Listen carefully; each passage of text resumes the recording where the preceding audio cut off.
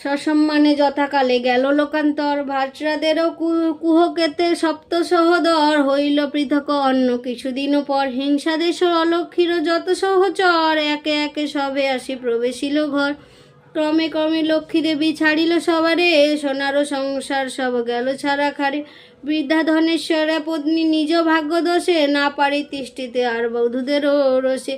চলিল বনেতে বিদ্যা ত্যাজিতে জীবন, অদৃষ্টের ফলে হয় এহেন ঘটন। অন্নাভাবে ছিন্ন খায় দেহ মলিন বদন, চলিতে শক্তি নাই করিতে ক্রন্দন।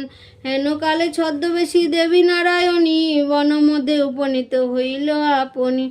সকরুণ স্বরে দেবী জিজ্ঞাসী বিদ্যারে, কি জন্য এসেছ তুমি এ ঘর কান্তারে? কাহারও তনয়া তুমি কাহারও ঘরণী, কি হেতু মলিন মুখ বিষাদ বদনী? বিদ্যা বলে অতিহীনা আমি অভাগিনী, কি কাজ শুনিয়া মম দুঃখেরও কাহিনী। পিতাপতি ছিল মোর অতি ধনবান, সদা ছিল মোর ঘরে লক্ষ্মী অধিষ্ঠান। সোনার সংসার মোর ছিল ধনে জনে, পুত্রবধূ মোরে সেবিত যতনে। পতির হইল কাল সুখ শান্তি যত, গৃহে হতে ক্রমে ক্রমে হলো তিরোহিত। 7 পুত্র 7 হাড়ি হয়েছে এখন, সতত বধূরা মোরে করে জ্বালাতন।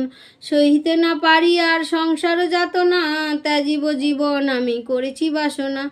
নারায়ণী বলে শুনো আমারও বচন, আত্মহত্যা মহাপাপ নরকে গমন। যাও সতী গৃহে গিয়ে করো লক্ষ্মী ব্রত, অচিরে হইবে সুখ তব পূর্ব মতো। গুরুবারে সন্ধ্যাকালে মিরি নারীগণে, জল করিবে লক্ষ্মীর ব্রত হর্ষিত মনে। জলপূর্ণ ঘটে দিবে সিঁদুরের ফোঁটা, আম্রের পল্লব দিবে শিরে এক গোটা। ধূপ দ্বীপ জ্বালাইয়া রাখিবে ঘরেতে, শুনিতে বসিবে কথা দুর্বল এ হাতে।